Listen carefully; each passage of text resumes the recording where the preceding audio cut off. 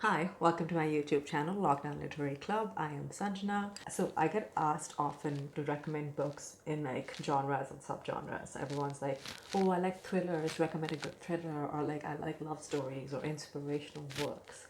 Everyone has really specific tastes of what they want, so I figured I will cater to that and recommend books based on genres. So today I'm going to do five autobiographies or memoirs that are excellent. All the books in this list are great, but that doesn't mean they're the best five books ever written in this genre. This is what I would recommend you read. I'm sure my opinions will change as I read more or at different points in my life, but these are five good books. There. Okay, so without further ado. So the first book is Born a Crime by Trevor Noah. Trevor Noah is a stand-up comedian and the host of The Daily Show. This book details his childhood growing up in South Africa, partially during the apartheid. The great thing about this book is it juxtaposes his childhood with the transformation of South Africa from apartheid to a democracy and how communities changed, how his life changed. And it's a really, really great read. I mean, he's humorous for one thing, but also the other great thing is also the insights he has into society and politics. You can see the roots, what makes him a great political satirist and comedian. Yeah, check it out. It's a really, really good read. The next book I would recommend is Educated by Tara Westover. This is a wonderful book.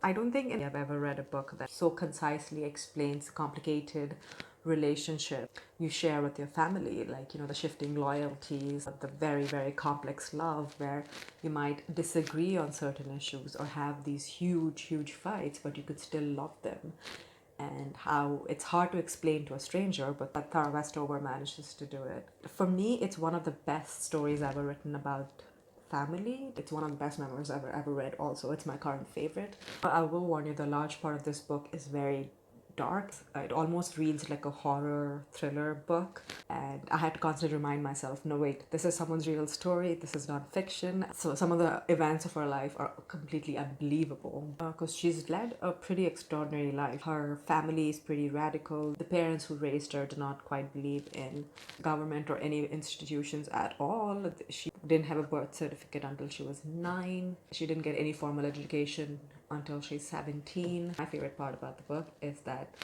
in her family, she draws this distinction between what is toxic and abusive and must be cut out of your life, and what is complicated. And maybe you might have fundamentally different views, but as long as you respect and love each other, they can still be a relationship there. So it's the first time I've read a book by a Caucasian person and thought she really gets Indian families. So it's a great book. I would highly recommend you read this.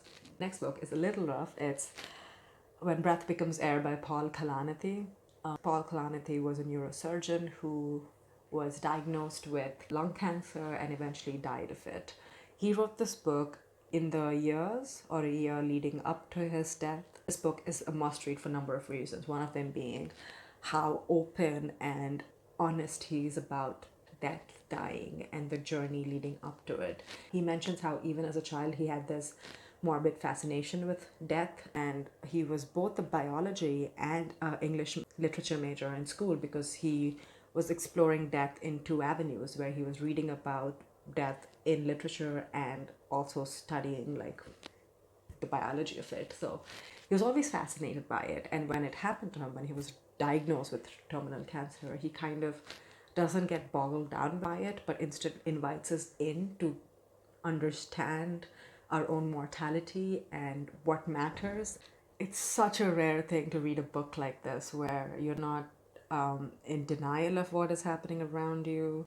I know it's a book about death, but it really, really celebrates what life is and how meaningful life can be, however short or long it is. So read it, it's so good.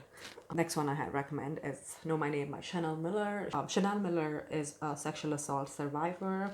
She was mostly anonymous until this book came out. This book details the sexual assault, the aftermath, the conversation around it, how media covers it, how the police function, how the legal system functions. And it is a much needed conversation we need to be having because she tackles a lot of issues that exist in how we talk about women, how we talk about sexual assault, how it is such an ignored problem because there's what, 1 in 3 or 4 women that face sexual assault or sexual harassment in their lifetime. It is an unfathomably high number, but still the most cases do not get reported or do not get fair trials, and the laws are obscenely backward, and the victims always get shamed or blamed. And I think one of the key things that the book addresses is how we expect the victim to be perfect, but we're always looking for the perpetrator to be redeemed, where like any choices the victim has ever made in her life are seen as indicative of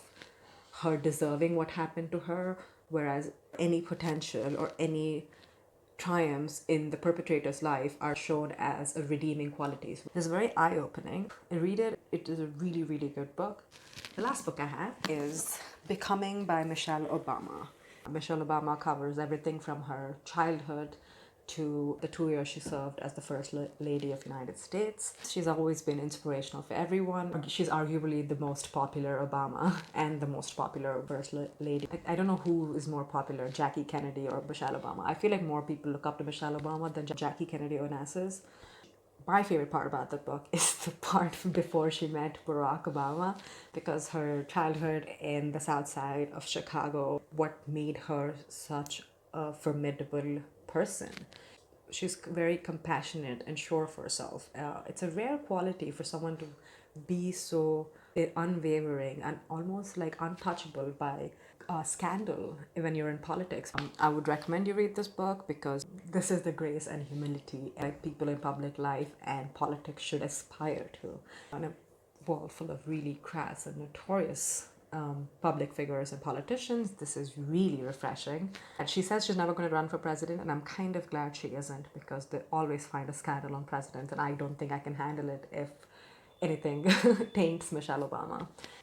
Wonderful read. I've actually listened to the audiobook version of this, and that's also great. Both Born a Crime and Becoming are narrated by the authors themselves, and those are my 5 recommendations.